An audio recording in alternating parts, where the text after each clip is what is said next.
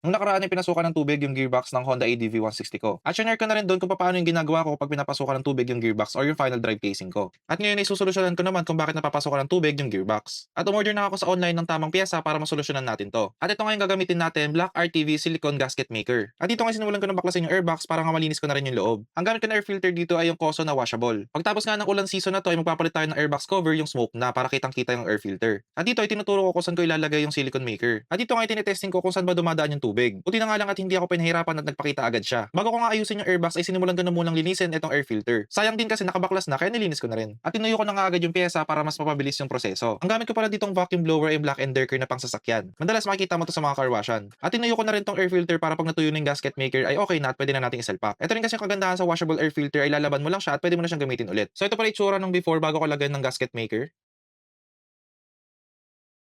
At ito naman yung itsura ng loob bago ko lagyan ng gasket maker.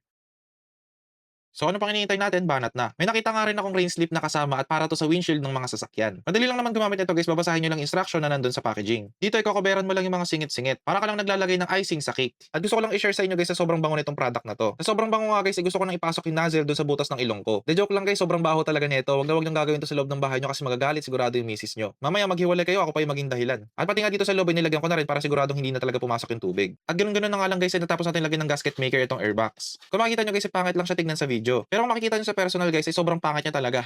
Gagi. Eh wala namang ibang makakita niya kundi ako lang din naman. Hindi naman ako nagsi-show para pagandahin pa yung itsura pero yun. Okay na yun basta hindi nakakapasok yung tubig sa loob. Papatuyuin ko lang to ng 24 hours para nga tuyong-tuyo kasi nga pinatuyo. Tapos bukas ng parehas na oras ay ikakabit na natin to pabalik sa motor. So yun guys, update lang.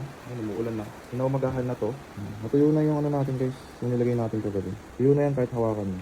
Ayun, kahit hawakan mo guys. Hindi na dumidikit sa daliri. Tuyo na siya. Pero, ipapakure pa natin to. Kumbaga, kayaan pa natin siyang matuyo pa lalo. Para at least, talagang safety na siya. Para isang gawaan na lang siya. Pero ikakabit na lang natin yan dun sa motor natin mamaya. Siguro mga gabi na rin para saktong 24 hours. Update ko na lang kayo pag ikakabit ko na to. At dito nga guys, kinakabit ko na yung airbox pabalik sa ADV 160. Kitang-kita nyo naman guys, malinis na malinis yung airbox pati yung air filter. Kaso nga lang yung motor hindi nalinisan kaya ang dumi tignan. Circuit concept pa more talaga.